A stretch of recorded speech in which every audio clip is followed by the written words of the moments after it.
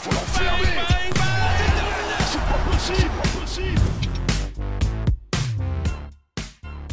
Bonjour à toutes et à tous, nous sommes le mercredi 25 octobre et la NBA est de retour sur les antennes de beIN Sport. Le podcast NBA Extra est donc de retour dans vos oreilles. Pour ce premier numéro, j'ai avec moi Marie Patrux et Jacques Monclar. Bonjour à tous les deux. Bonjour à tous les deux. Bonjour Marie, bonjour Nico, bonjour à tous. Et pour ce premier numéro, on va évidemment débriefer rapidement l'Opening Night qui a vu les Nuggets s'imposer face aux Lakers et les Suns battre les Warriors. On parlera ensuite évidemment de Victor Wembanyama. On évoquera aussi le cas de James Harden qui est toujours bloqué aux Sixers et qui est en attente d'un transfert. On ne sait pas trop ce qui va se passer autour du barbu, mais ça devrait bouger a priori prochainement. Est-ce que c'est James Harden qui est bloqué ou ce sont les Sixers qui sont bloqués avec James Harden? C'est peut-être ça. Et puis, ils sont bien bloqués en tout cas. Ouais, c'est clair. Et on terminera par nos petits pronostics sur le vote pour le prochain MVP. Petit jingle et on démarre. Il va shooter. Les champions en titre ont donc assumé leur statut face aux Los Angeles Lakers dans un remake des finales de la conférence Ouest de la saison dernière. Victoire 119-107. Nikola Jokic en triple-double déjà, le 106e de sa carrière. 29 points, 13 rebonds, 11 passes. Et j'ai envie de dire, on prend les mêmes et on recommence pour les Nuggets avec un Joker toujours au-dessus du lot. Et ça a suffi pour Denver, Marie. C'est la 6e victoire de suite des Nuggets face aux Lakers. On peut dire que les Lakers réussissent aux Nuggets et on est quand même, en tout cas moi, je suis extrêmement impressionné par la performance de Nikola Jokic qui a bien fait de faire du cheval tout l'été, d'aller en boîte et de totalement déconnecter parce qu'il n'a rien perdu de son basket. Pour ceux qui pouvaient se poser la question, je pense que la cérémonie de la bague leur a apporté ce petit supplément d'âme en plus, l'envie de briller pour ne pas gâcher la fête. C'était la première fois quand même que la franchise vivait un tel moment.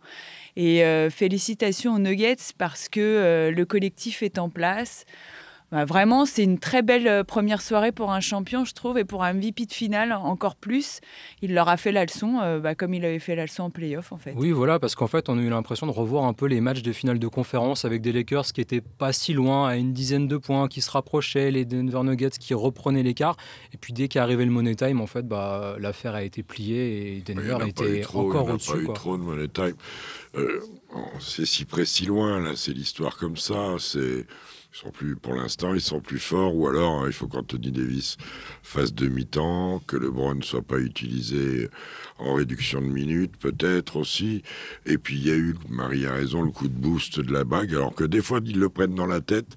Là, ça les a boostés sur 24 minutes de première mi-temps, allez, pendant 18-19. Ils n'ont pas trop bien fini la mi-temps, les Lakers ont bien fini. Et puis derrière, le troisième quart-temps est laborieux. Mais c'est là où Jokic et Murray ont été au-dessus. C'est que quand ils sont revenus... Et puis il a laissé son 5 de confiance longtemps, notre ami Michael Malone. Il valait mieux qu'il fasse attention, lui aussi, dans ce match-là. C'est vrai. À la fin, elle a déclaré la paix. Ouais. Et c'est très bien comme ça. Parce que ça a été un match où les arbitres, et comme Rémi et Chris le disent, les arbitres ont laissé jouer. Donc ça s'est quand même un peu rentré dedans. On a vu que Christian Woods avait été utile aussi, côté Lakers, et qui feront pas une saison, je suis désolé pour tous les fans des Lakers, si D'Angelo Russell step up un petit peu de manière régulière, parce que montrer du talent, montrer des belles perfs, c'est bien, mais jouer à la roulette russe... T'as pas un doute sur D'Angelo Russell? Parce que j'ai l'impression qu'on dit toujours il va falloir un grand D'Angelo Russell, il a du talent, mais on n'a jamais vu vraiment de constance chez ce joueur. Non, mais ce qu'ils n'ont pas fait avec Schroeder, par exemple, réellement, sauf sur blessure, de dire, ok, tu sortiras du banc, est-ce qu'ils vont oser le faire avec Gabe Vincent? Et il y a peut-être des ajustements qui vont avoir lieu. Moi, je trouve qu'à la fin, pendant le moment, déjà dans le coaching, pas de bol, c'est le moment où LeBron n'est pas sur le terrain, que ça lâche complet, le définitif. Et quand il revient, je trouve qu'il touche pas assez la balle dans ses fins de match, puisqu'il joue poste 4. Donc il est déchargé de tout ça. Il y a des joueurs qui prennent des initiatives au large, même Austin Reeves en fin de match hier, des pertes de balles qui sont pas... Il faut qu'il y ait plus de discipline. Tout ça hors Davis, qui met pas un pion en deuxième mi-temps.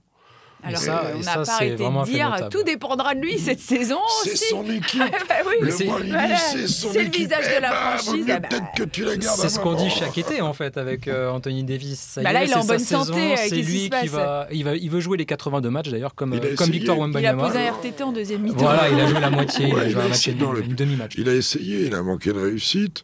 Et puis, il y a un truc quand même aussi qui existe en NBA, c'est que Jokic, avec Davis, pour l'instant, il se régale. Et en plus, c'est poste sur poste, donc c'est parfait. Et à chaque fois, il lui fait une chanson pas possible. Le Joker, impeccable. Impeccable. C'est vrai qu'on s'attendait peut-être pas à autant une si grande démonstration par moment finalement. De la part de... Dans de- ce duel en Oui, fait. oui, oui. Dans la qualité de jeu aussi, parce que Oui. l'émergence de Christian Brown, on la connaissait. Watson, on le connaissait moins, mais il a l'air de se glisser dans le truc. Michael Porter Jr., très discipliné. Et puis, comme Caldwell par Pope fait son match aussi. Ancien Laker d'ailleurs. plus Ouais. que ça, plus que ça. Non, ils ont vécu un bon moment hier, les Nuggets. Mais les Lakers, bon, bien sûr, il va falloir trouver des solutions. Et si D'Angelo Russell ne les donne pas, ça va poser problème. Et on entendra parler de ceci, cela, Trae Young ou un autre qui vient aux Lakers. On a parlé d'un phénomène, Nikola Jokic, on va parler d'un autre phénomène, Stephen Curry, qui lui par contre a perdu avec Golden State, défaite 104-108 contre Phoenix. Il n'y avait pas Bradley Beal pour Phoenix, il n'y avait pas Draymond Green pour les Warriors. Devin Booker termine meilleur marqueur du match, 32 points, 25 points pour Curry, mais à 4 sur 14 à 3 points. Ça, c'est le côté un peu douloureux. Ce qu'on a envie de retenir du match pour Golden State, c'est que Stephen Curry, malgré une belle performance de Chris Paul, était quand même un peu seul pour assumer, pour assumer le côté offensif des Warriors, parce que personne dépasse les 20 points sinon du côté des Il y avait des une grosse Warriors. dépression qui passait au-dessus du Chase Center hier soir. On a pas mal arrosé quand Ouais, même beaucoup de vent, beaucoup de vent. chez les Warriors, comme à Paris en ce moment. Mais bah ouais, ils sont maladroits. Et là, pour le coup, on voit bien quand même une équipe qui a besoin de temps, je trouve, pour s'ajuster et qui, en effet, ne compte que sur son adresse et ne pourra pas compter que sur son adresse toute l'année. Mais attention, ça s'est joué un peu quand même. Ça s'est joué à peu. Il y a quand même un joueur qui cristallise un peu l'attention en ce moment du côté de Golden State, c'est Klay Thompson, dont on ne sait pas s'il va prolonger, si on va trouver un accord et si oui, à combien. Hier encore, il finit à 15 points, pas beaucoup d'adresses et ça fait quand même assez longtemps finalement qu'on n'a pas vu un Klay Thompson rayonnant qui est vraiment le lieutenant de Stephen Curry en toutes circonstances. Non. Il y a une période l'année dernière où tous les observateurs ont dit je ravale mon chapeau, je me souviens plus quand c'était. En donc- playoff, c'était plus compliqué. Ouais, pour mais Klay. arrêtons avec les signatures, avec tout ça. Les Warriors, ils jouent mieux aussi en attaque quand il y a Draymond Green, quelle que soit la qualité du début de saison de Kuminga et les espoirs qu'il doit porter pour la franchise. Steph Curry, Klay Thompson, tous les autres. Quand il est là, le jeu devient plus facile. Il y a donc des paniers plus faciles. Un garçon comme Wiggins, par exemple, qui hier souffre aussi au niveau du pourcentage de manière terrible, alors qu'il avait un poste où la match-up pouvait être intéressante, parce que à l'intérieur, non, c'est pas des monstres non plus, même si Nurkic, c'est une tour. Enfin bon, la faiblesse des Warriors, on la connaît, elle est dans le physique, elle est dans le combat.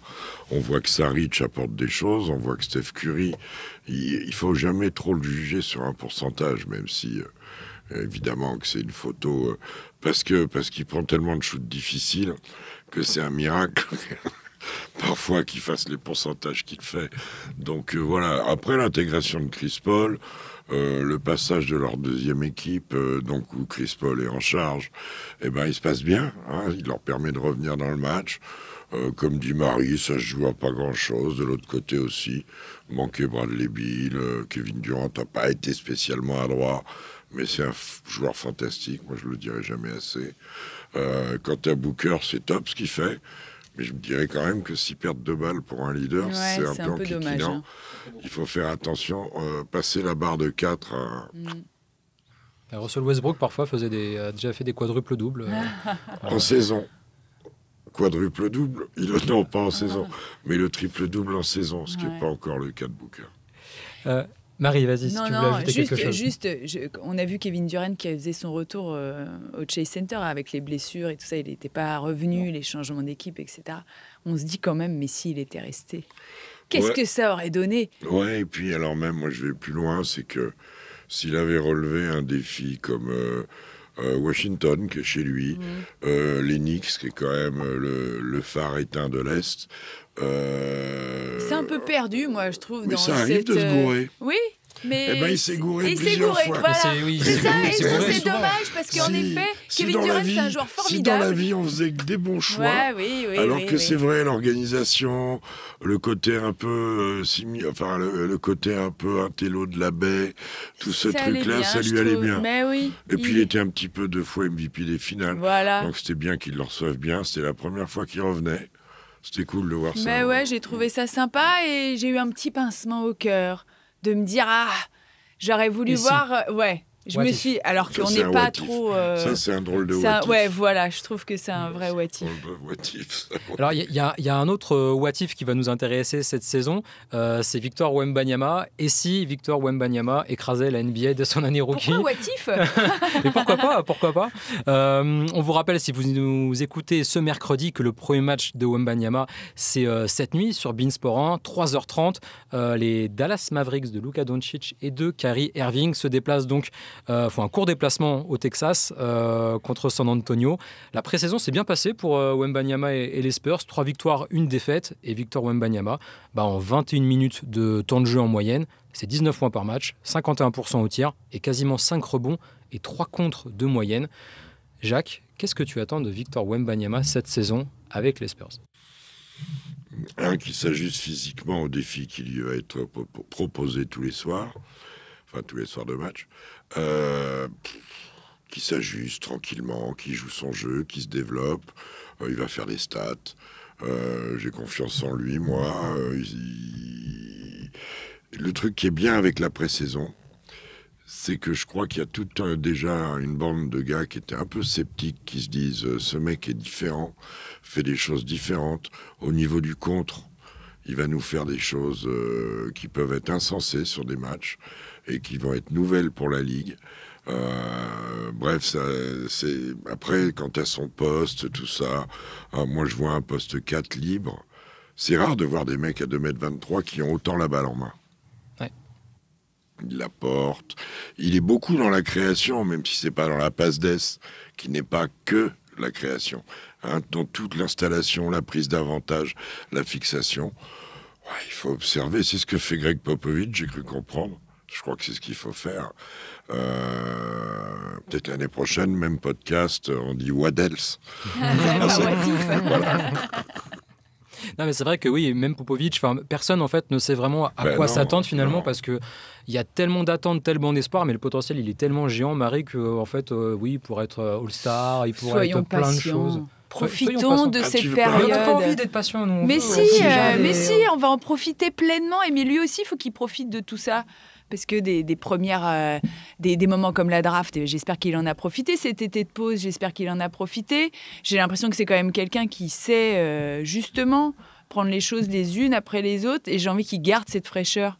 Justement, de ne pas vouloir aller plus vite que la musique, comme dirait ma mère.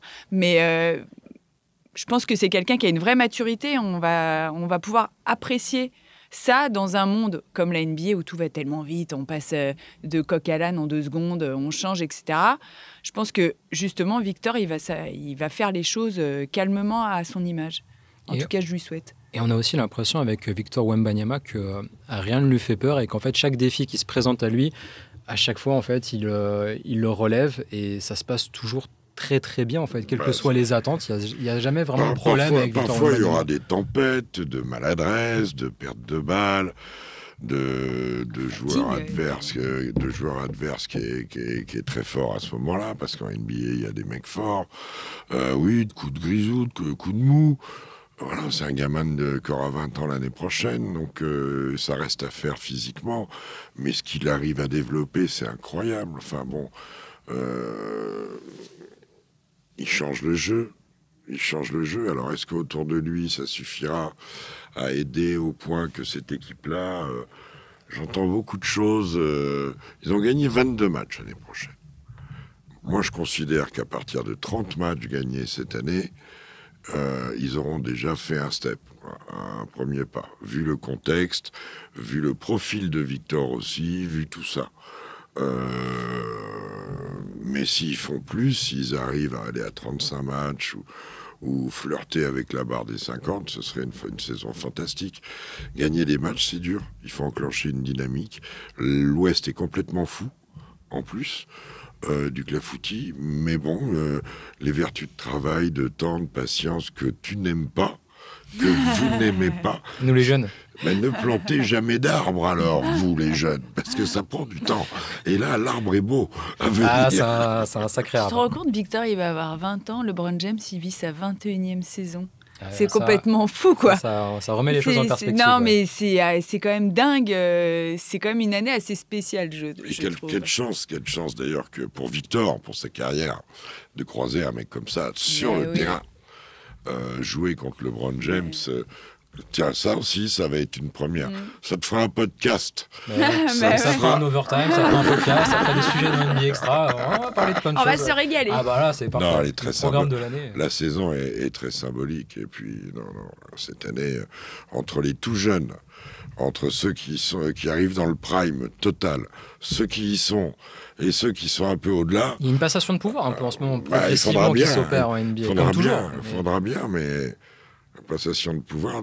On verra déjà au All-Star Game la moyenne d'âge. Et alors du coup, est-ce que vous voyez Victor Wembanyama All-Star pour son année rookie? Alors, J'ai regardé, c'est souvent quand même une histoire de big men, les rookies All-Star. Il y a eu le Shaq. il y a eu le Shaq, il y a eu Tim Duncan, il y a eu Dikembe Mutombo, David Robinson, Pat Ewing, que tu connais un peu, Jacques, quand même. Les autres aussi. Hakim Olajuwon, oui, t'en as entendu parler aussi. Karim Abdul-Jabbar. Le dernier, c'était Blake Griffin, c'était en 2010-2011, Oh là mais là. Blake Griffin avait été blessé pour sa première saison au genou, il n'avait donc pas joué, et en fait c'est sa vraie deuxième saison où il avait été élu All-Star, et il était toujours considéré comme rookie. Pour Victor Wembanyama, il y a une telle attente autour de lui, une telle hype aussi, parce que c'est quand même aussi une histoire de vote. Est-ce que c'est choix des jouable coachs, après. Et voilà, est-ce que c'est jouable, Victor Wembanyama J'en All-Star? sais rien. Je sais pas si c'est très important pour lui. Franchement, Non, moi, c'est surtout une histoire de symbolique. Oui, mais bon, est-ce que ça changera sa carrière d'être All-Star, tu vois, dès la première année ou pas c'est ça. Je suis pas sûre que ce soit un objectif pour lui et je peux le concevoir en fait. Que déjà peut-être faire gagner des matchs à son équipe, trouver sa place, faire ses stats, etc. Bien s'installer dans sa petite maison à San Antonio. Je pense que c'est ça qui est important. Et après, ouais, c'est un peu comme tout à l'heure, n'allons pas trop vite, je crois. C'est pas grave s'il est pas All-Star. Je ne m'étais pas posé la question du tout. Je me suis posé la question de savoir est-ce qu'il était indispensable qu'il soit rookie de l'année. J'en suis sorti en me disant que non. Parce que c'est une grosse promotion, parce que Chet Holmgren, parce que Scoot Henderson, parce que Brandon Miller sont des très forts joueurs aussi, parce qu'il est moins a priori NBA ready au niveau physique qu'eux, et que ça compte énormément, et que dans les franchises où sont tous, bref, ils peuvent tous performer. Mais Victor est un joueur supérieur. Voilà. Et moi, je lui donne 3 ans. Voilà, 3 ans.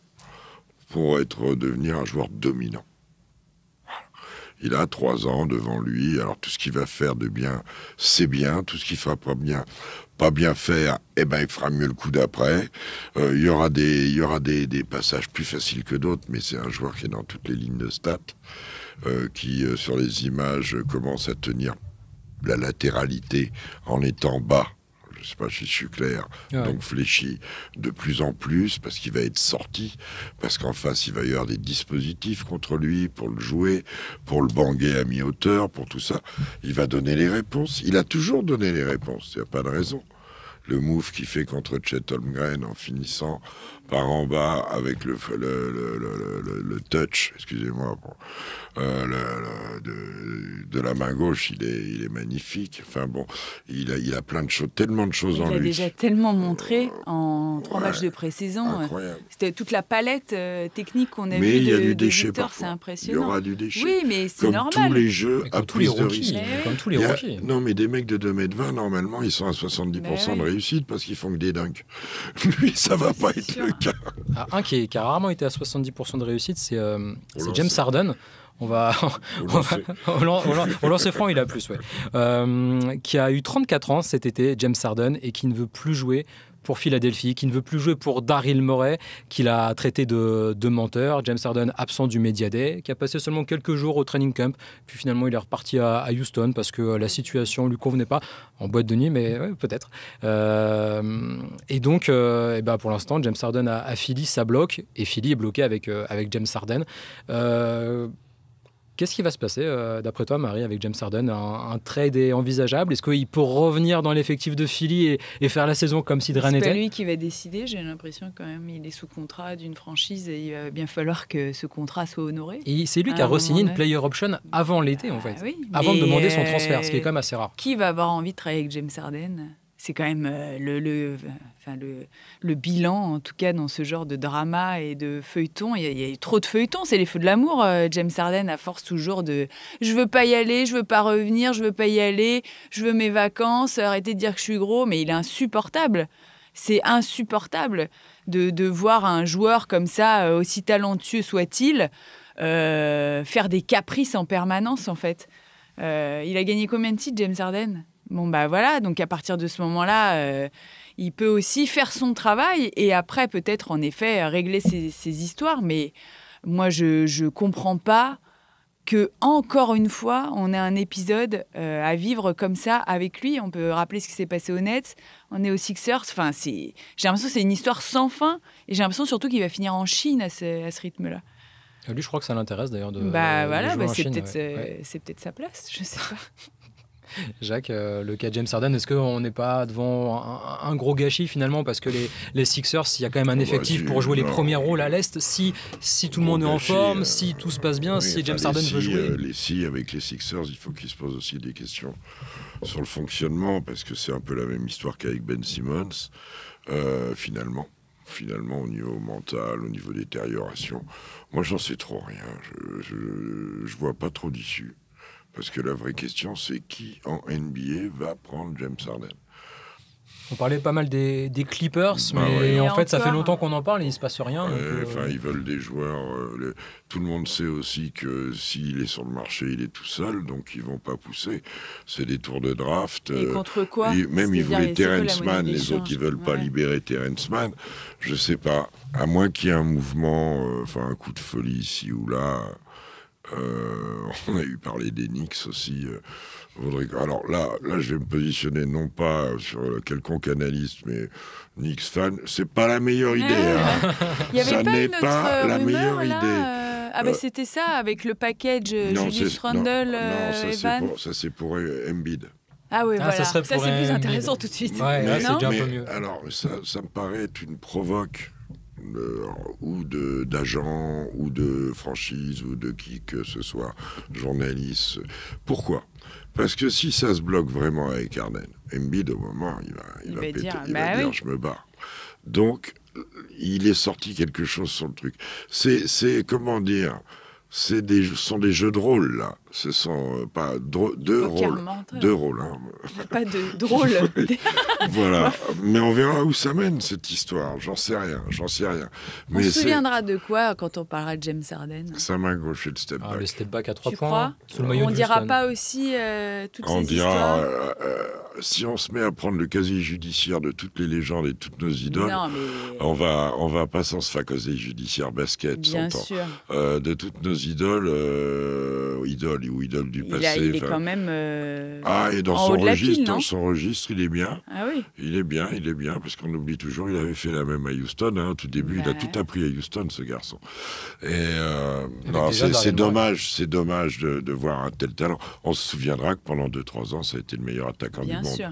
On se souviendra qu'il a été capable de faire des saisons aussi à 10 passes d'ess dans un registre. Il a failli éliminer les Warriors. Il a donné une manière de jouer. Il a fait des trucs. Mais on oublie un petit peu. Et c'était un des plus malins en défense pour masquer vraiment sa nullité. C'est toi qui l'as dit, mais bon, sa déficience, nous allons dire. C'est plus joli. Mais il était malin. Oui, alors qu'il il est moins Comment un gars comme ça ne peut pas être conseillé quand même? Il est conseillé, mais il est mal conseillé, certainement. Non, est-ce que c'est pas incroyable Le plus incroyable, c'est que finalement, il a un sponsor partenaire qui est son équipementier, que ça se passe là-bas, en Chine, loin. L'histoire avec Daryl Morey, on va rappeler que Daryl Morey, c'était le mec pour qui il est revenu à Philadelphie. Enfin, il était heureux comme tout, il s'est passé un truc. Je pense qu'on lui avait dit qu'on allait le re-signer ou quelque chose comme ça. On allait le re-signer au prix fort, en fait. Et voilà. C'est ça. Au final, c'est surtout une histoire de... Ils n'en avaient pas gagné assez, les mecs. Mais il gagnait 44 millions de dollars au net. Il a signé à Philadelphie pour 33 millions de dollars. Donc, il a quand même perdu 11 millions de dollars. Donc, si nous, on perdait 11 millions de dollars sur nos contrats, ça nous embêterait aussi. Ouais, mais regarde, Yanis, il signe apparemment ses contrats sans regarder le montant. Il n'a pas regardé. Il n'a pas regardé. Mon œil. On lui a dit, il y a 3 chiffres. C'est bon. C'est bon. Vas-y, signe. 186 millions de dollars sur 3 ans. Allons-y. On va terminer ce podcast avec vos pronostics pour le MVP. Le MVP, tu sais bien que je déteste ça. Mais je sais que tu détestes ça, Jacques, mais nos auditeurs aiment bien. Moi, je demande que tout le monde se mobilise. Réfléchissez non pas seulement à la qualité des joueurs, mais à ceux qui vont pouvoir toute l'année ou devoir toute l'année porter leur équipe. C'est souvent là. Et que cette équipe-là arrive dans le top 4. Voilà le profil du MVP. Ouais, mais c'est à peu près ça. C'est pas facile. Pour moi, il y en a un ou deux d'incontournables, même s'il y a Damian Lillard qui, lui, ne peut plus le faire. Mais Giannis reste dans le truc. Jokic, bien sûr. Jason Tatum, je le sens bien. Ouais. Même s'il y a Jalen Brown qui a très bien signé un très beau contrat aussi. Oui. Mais je me dis que ça peut être un peu son année. Ouais. La grosse cote, Shai Gilgeous-Alexander, moi. Bien aussi, bien possible. C'est pas le plus mauvais. Hein. Non, ça va. Non, dans les possibles, n'oubliez pas Luka. Ouais. Mais Luka Doncic, moi, ça fait 3 ans que j'attends. C'est l'équipe, c'est l'entourage qui nous inquiète. Oui, mais si par exemple, ce que je ne crois pas, fondamentalement, loin de là, que Dallas performe, c'est lui qui prend la lumière. Il faut voir comme ça... Tatum, c'est pour lui, il va avoir pas une obligation. Bon chien. Bon chien. C'était le nom du chien de Jack, c'est pour ça que je dis ça. C'est un petit rappel. C'était une private joke. Il faut être au courant. Ouais, mais le plus important pour lui, on sait qu'il est capable dans ces discussions-là. Là, moi, je pense que Devin Booker, en jouant avec Durant et Bill, peut peut-être y arriver aussi. En réfléchissant, tu vas trouver des Lascar, machin. Bon, bref. Il y en a, mais si je devais en dégager un, je dirais le Greek Freak. Allez, on termine par ce... Allez, Marie, juste avant de terminer, parce qu'il y a une émission à faire, NBA Extra, et Marie a vu l'heure. On n'a même pas cité Embiid. Ouais, mais bon, c'est vrai, on est nuls. Marie, un petit pronostic, toi, allez. Moi, j'ai dit Jason Tatum. T'as Jason Tatum. Ouais. Je dis que ce sera un Américain cette année. Et pour moi, ça sera Shai Gilgeous-Alexander, qui est pas américain, qui est canadien. C'est quasiment pareil. Et c'est ainsi qu'on termine donc ce premier épisode du podcast NBA Extra. Merci à tous les deux pour votre présence. Et je vous souhaite surtout une très bonne émission parce qu'il faut se dépêcher, c'est bientôt l'heure. Mais oui, à cause de toi, je suis en retard. Merci à tous. Ciao et à bientôt. Aujourd'hui, c'est 45. Ce mec-là, il faut l'enfermer.